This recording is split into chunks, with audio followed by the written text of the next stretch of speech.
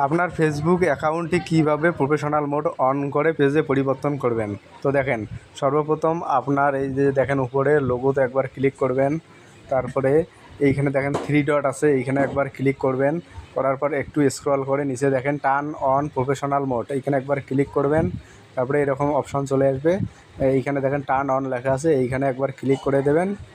দেওয়ার পর কিছুক্ষণ লোড নেবে, এরকম চলে আসবে। তারপর নেক্সটে ক্লিক করবেন, ফির নেক্সটে ক্লিক করবেন।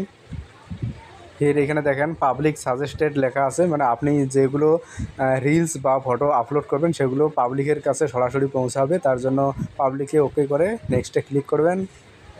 ক্লিক করার পরে কনফার্মে ক্লিক করবেন, তারপর একটু ওয়েট করেন। তারপরে এখানে দেখেন নেক্সট আছে, ফির নেক্সটে ক্লিক করবেন, ফির নেক্সটে ক্লিক করবেন।